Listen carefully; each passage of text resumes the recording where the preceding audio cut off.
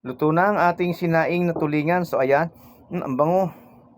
So pwede na po tayong kumain. Tara na!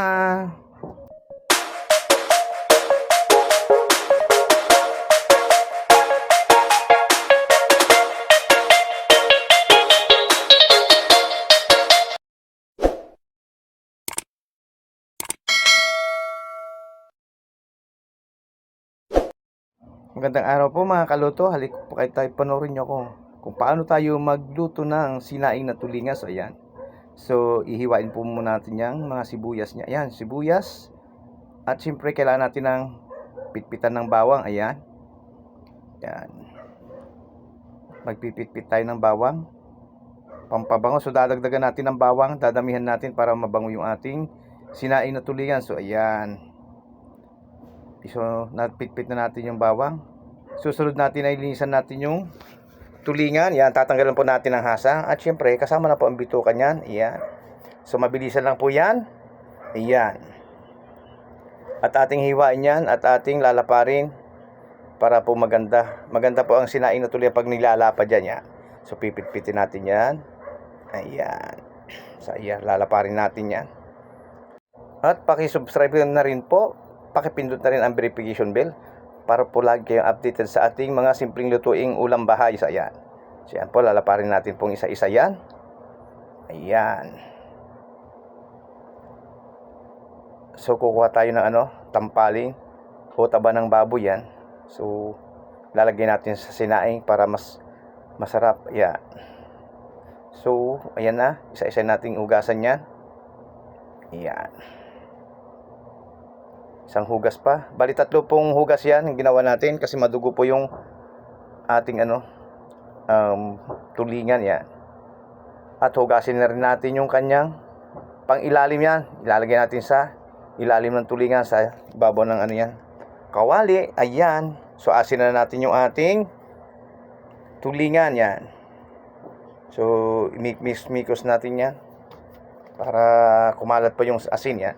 So ganyan po ang ating ginagawa pag tayo nagsasaing ng tulingan. Lalagyan muna natin ng asin. So ayan, sasalansan po natin yung ating taba ng baboy. Yan, ilaliman natin yan. Yan. So sasapaw natin dyan yung kanyang tulingan. So ayan, para po masarap ang inyong taba. At kung wala naman pong kayong taba, pwede po yung mantika ng baboy. Yan. So mantika po pala, oil, coconut oil, pwede po yan. So ayan, lalagyan natin ulit ng asin. So mas masarap po ang sinaing kung medyo may alat ng konti. Huwag naman po yung sobrang alat. Ayan. So ilalagay na po natin yung bawang. Ayan. So pisa-pisain natin ng konti. At yan. Ayan. So dinamay natin ang bawang, sibuyas. Ayan. Lalagyan po natin yan ng paminta. Tataktakan natin ng paminta. So nasa inyo po kung gusto yung buong paminta or kaya yung crack lang yan. So lalagyan natin ng seasoning. Ayan. At siyempre hindi mawawala ang suka. So hindi po tayo gumamit ng bunga ng kalamyas, tuyong kalamyas. So karamihan kasi kadalasan po kasi tuyong kalamyas ang inilalagay. Ayan, lalagyan natin ng sabaw. Ayan. At dadagdagan pa natin yan. At salamat po pala sa ating mga subscriber at mga viewers. Salamat po sa pagtsatsaga nyong manood. Yan. So lalagyan pa natin ng sabaw. Yan, tatakpan na natin yan. Sisindan na rin natin yung kanyang kalan. Ayan. So mamaya-maya lang po ng konti yan. Ating bibisitahin na at kumukulo na po yan. So ayan, kulong-kulo na sa ating titikman. So ayan, tama lang po na ang lasa niya. Kasi tansyado na po natin yung nilalagay nating alat at asin. Ayan. At kung kayo po yung magluluto, mas maganda po yung medyo matabang muna sa una. Hanggang sa may lagay po natin lahat ng kanyang ingredients bago natin tikman ulit kasi may mga seasoning na pang paalat eh.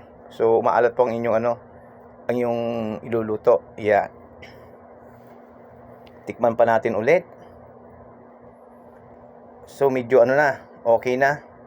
So tama lang, medyo maalat lang ng konti. Basta po ang pagsasaing ng isda ang ginagawa ko po ay inaalatan ko ng konti. Hindi naman po yung maalat na maalat. So ayan. At ayan na po.